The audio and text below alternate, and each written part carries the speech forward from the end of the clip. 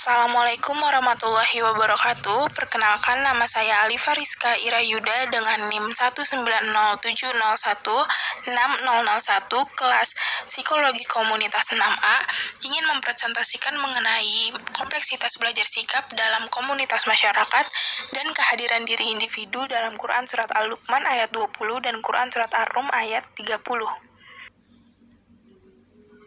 Dalam presentasi kali ini, saya akan membahas yang pertama mengenai pengertian kompleksitas belajar sikap dalam komunitas masyarakat, yang kedua mengenai self-actualization atau aktualisasi diri, dan yang terakhir akan membahas mengenai Quran Surat Al-Luqman ayat 20 dan Quran Surat Ar-Rum ayat 30.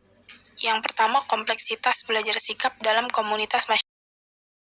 Pengertian kompleksitas. Kompleksitas itu berasal dari kata kompleks yang memiliki arti rumit, sedangkan kompleksitas artinya kerumitan. Nah, dalam pengertian yang lebih luas, kompleksitas itu dikaitkan sebagai suatu keadaan yang memuat unsur-unsur campuran. Menurut Bagus tahun 2000, terdapat dua jenis kompleksitas. Yang pertama, kompleksitas tugas, dan yang kedua, kompleksitas sistem.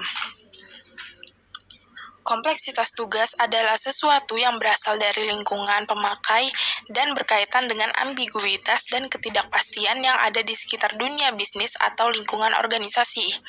Sedangkan pengertian kompleksitas sistem adalah sesuatu yang berasal dari lingkungan pengembangan dan berkaitan dengan ambiguitas dan ketidakpastian yang terjadi di sekitar pengembangan sistem. Selanjutnya, pengertian belajar. Secara umum, belajar dapat dikaitkan sebagai suatu proses perubahan tingkah laku sebagai hasil interaksi individu dengan lingkungannya dalam memenuhi kebutuhan hidupnya. Nah, belajar menurut Cronbach adalah perubahan perilaku sebagai hasil dari pengalaman. Selanjutnya ada pengertian sikap. Sikap adalah salah satu istilah bidang psikologi yang berhubungan dengan persepsi dan tingkah laku. Sikap dalam bahasa Inggris adalah attitude. Dan attitude adalah sesuatu cara bereaksi terhadap suatu perangsang. Menurut Kamus Besar Bahasa Indonesia, sikap adalah perbuatan yang didasari oleh keyakinan berdasarkan norma-norma yang ada di masyarakat, dan biasanya norma agama. Terdapat 4 fungsi sikap. Yang pertama, sebagai alat untuk menyesuaikan diri. Yang kedua, sebagai alat pengatur tingkah laku. Yang ketiga, sebagai alat pengatur pengalaman-pengalaman. Dan yang keempat, sebagai pernyataan kepribadian. Selanjutnya, pengertian komunitas. Komunitas berasal dari bahasa Latin, yaitu communitas, yang berarti kesamaan. Dalam komunitas manusia, individu-individu di dalamnya memiliki maksud kepercayaan, sumber daya, referensi, kebutuhan resiko, dan sejumlah kondisi lain yang serupa. Menurut Sunarno, tahun 2002, komunitas adalah sebuah identifikasi dan interaksi sosial yang dibangun dengan berbagai dimensi kebutuhan fungsional. Dengan demikian, dapat disimpulkan bahwa komunitas adalah suatu kelompok sosial yang dapat dinyatakan sebagai masyarakat setempat. Yang terakhir ada pengertian masyarakat. Manusia adalah makhluk sosial yang tidak bisa hidup sendiri. Nah, untuk memenuhi kebutuhan hidupnya, manusia akan selalu berinteraksi dengan manusia lainnya. Dan hal inilah yang melatar belakangi terbentuknya suatu masyarakat.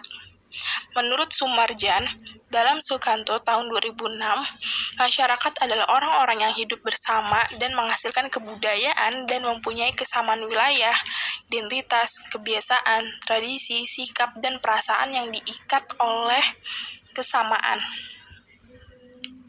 Nah, berdasarkan pengertian-pengertian di atas, dapat diambil penjelasan mengenai kompleksitas belajar sikap, yaitu dalam komunitas masyarakat adalah respon yang diberikan oleh sekelompok manusia yang menempati suatu wilayah yang sama terhadap hasil penilaian mengenai suatu objek sikap yang mencerminkan perasaan positif atau negatif terhadap suatu objek tersebut. Ke pembahasan yang kedua, mengenai kehadiran diri dan individu dalam Quran Surat Al-Luqman ayat 20 dan Quran Surat Ar-Rum ayat 30. Yang pertama ada self-actualization atau aktualisasi diri. Aktualisasi diri adalah kebutuhan untuk menyadari dan memanfaatkan potensi diri dan pemahaman diri serta pemahaman akan batasan-batasan serta kekurangan yang ada pada dirinya. Abraham Maslow tahun 1954 menjelaskan bahwa aktualisasi diri adalah kebutuhan seseorang untuk mampu menjadi apa yang diinginkan sesuai dengan potensi yang dimiliki. Kebutuhan akan aktualisasi diri dapat diraih setelah kebutuhan pada 4 tingkat sebelumnya sudah terpenuhi, sehingga dapat dikatakan juga bahwa aktualisasi diri adalah puncak kematangan dan kedewasaan seseorang. Nah, berdasarkan hasil riset Maslow, disimpulkan bahwa semua manusia yang lahir memiliki kebutuhan instinktif yang mendorong mereka untuk tumbuh dan berkembang, untuk mengaktualisasi diri, mengembangkan potensi yang ada setinggi dan sebaik mungkin.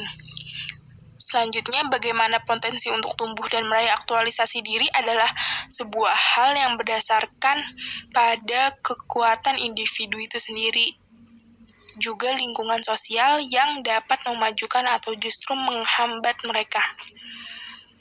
Aktualisasi diri dibutuhkan agar seseorang dapat mengetahui apa hal yang terbaik untuk mereka daripada memaksakan kemauan akan sesuatu yang tidak dapat dicapai. Dan hal ini juga termasuk memanfaatkan kemampuan diri dan mengambil langkah terbaik untuk meningkatkan potensi diri mereka tersebut. Selanjutnya, Quran Surat Al-Luqman ayat 20. Yang artinya, tidakkah kamu memperhatikan bahwa Allah telah menundukkan apa yang ada di langit dan apa yang ada di bumi untuk kepentinganmu dan menyempurnakan nikmat-nikmatnya untukmu lahir dan batin. Tetapi di antara manusia ada yang membantah tentang keesaan Allah tanpa ilmu atau petunjuk dan tanpa kitab yang memberi penerangan. Nah, maksud dari ayat di atas adalah Allah tunduk pada tata langit dan bumi untuk kepentingan umat manusia dan menyempurnakan nikmat lahir dan batinnya kepada mereka. Namun tidak sedikit orang memperdebatkan Allah tanpa dasar kitab-kitab untuk ilmu, petunjuk, dan ilham. Bahkan jika mereka diajak untuk mengikuti wahyu Allah, yaitu Al-Quran, mereka tidak ingin mencapai apa yang telah mereka terima dari pemikiran dan tradisi nenek moyang mereka. Bahkan mengikuti pemikiran dan tradisi nenek moyang mereka yang sesat adalah suruhan setan, melemparkan mereka ke neraka sa'ir di akhirat. Selanjutnya Quran Surat Ar-Rum ayat 30 yang artinya, maka hadapkanlah wajahmu kepada ad-din seluruh-seluruhnya. Fitrah Allah yang dengannya dia menciptakan fitrah manusia. Tiada perubahan pada fitrah Allah. Itulah ad-din yang kukuh meskipun kebanyakan orang tidak mengetahuinya. Maksud dari Quran Surat Ar-Rum ayat 30 adalah pada hakikatnya setiap orang datang ke dunia ini dalam bentuk keyakinan terhadap sesuatu agama, yaitu agama Islam. Hal ini ditekankan oleh ulama tafsir dalam menafsirkan makna ayat-ayat di atas. Seiring waktu, sifat-sifat yang ditentukan oleh Allah tetap atau berubah sesuai dengan kondisi lingkungan di mana manusia berada. Nabi Muhammad menekankan bahwa setiap anak dilahirkan dalam keadaan suci atau fitrah dan beragama Islam. Sekian presentasi dari saya, mohon maaf bila ada salah-salah kata dan kekurangan penjelasan dalam menyampaikan materi. Terima kasih. Wassalamualaikum warahmatullahi wabarakatuh.